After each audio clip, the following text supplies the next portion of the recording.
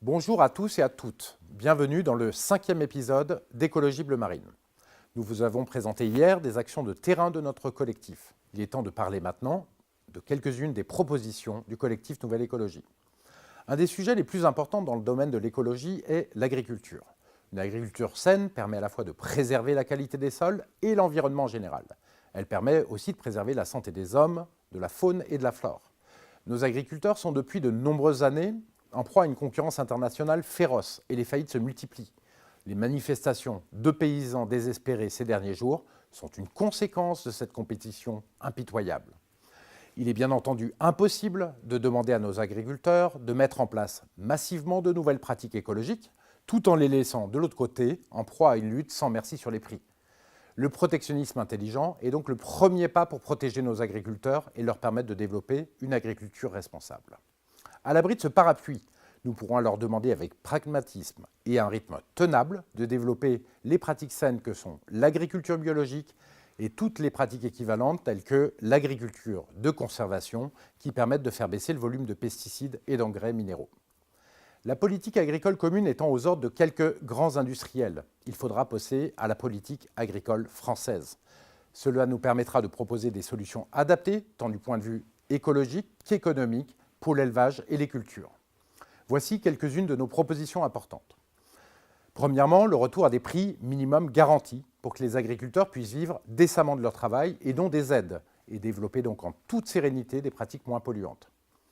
La traçabilité et l'étiquetage obligatoire, produits français, américains, allemands, de la viande et de tous les produits agricoles sont essentiels pour améliorer l'origine, la transparence et la sécurité sanitaire.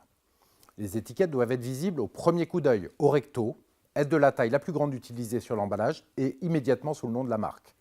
Pour la viande, l'affichage du nombre de bêtes de l'élevage serait une très bonne indication pour que le consommateur puisse favoriser les fermes familiales à taille humaine. L'annonce de 2 taux de TVA différents sur la viande dans 3 ans, selon que le produit ait la labellisation minimum décidée par le gouvernement ou non, ceci afin de favoriser une viande d'une qualité minimale, de ne pas transformer les animaux en machines à produire et protéger notre élevage.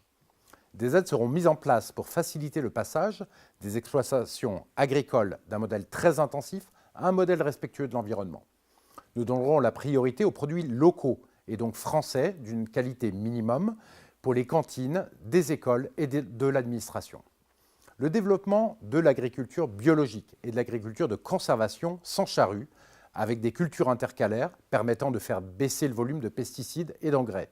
Cela passera par l'attribution d'un label Bio- pendant la période de conversion de 3 ans, qui est la plus difficile. Cela permettra donc aux fermes de passer beaucoup plus simplement de l'agriculture conventionnelle à l'agriculture biologique. Il serait aussi possible de mettre en place un double affichage dans les magasins, avec le prix de vente payé par l'agriculteur à l'agriculteur et le prix de vente au consommateur. Les agriculteurs seraient presque assurés de toucher un prix juste pour leur travail et les consommateurs auraient en un coup d'œil une vision approximative de la qualité du produit à travers ce prix. Il s'agit enfin de réformer l'enseignement agricole pour réorienter l'agriculture vers les objectifs définis. L'enseignement agricole actuel donne surtout des méthodes pour produire plus et pas assez de méthodes pour produire mieux. Ensuite, faisons confiance aux agriculteurs pour diffuser les bonnes pratiques et expériences à travers les fédérations agricoles départementales, les coopératives et les autres structures. Nous défendrons ainsi le modèle d'exploitation familiale, la qualité des produits, la santé de nos concitoyens et l'environnement.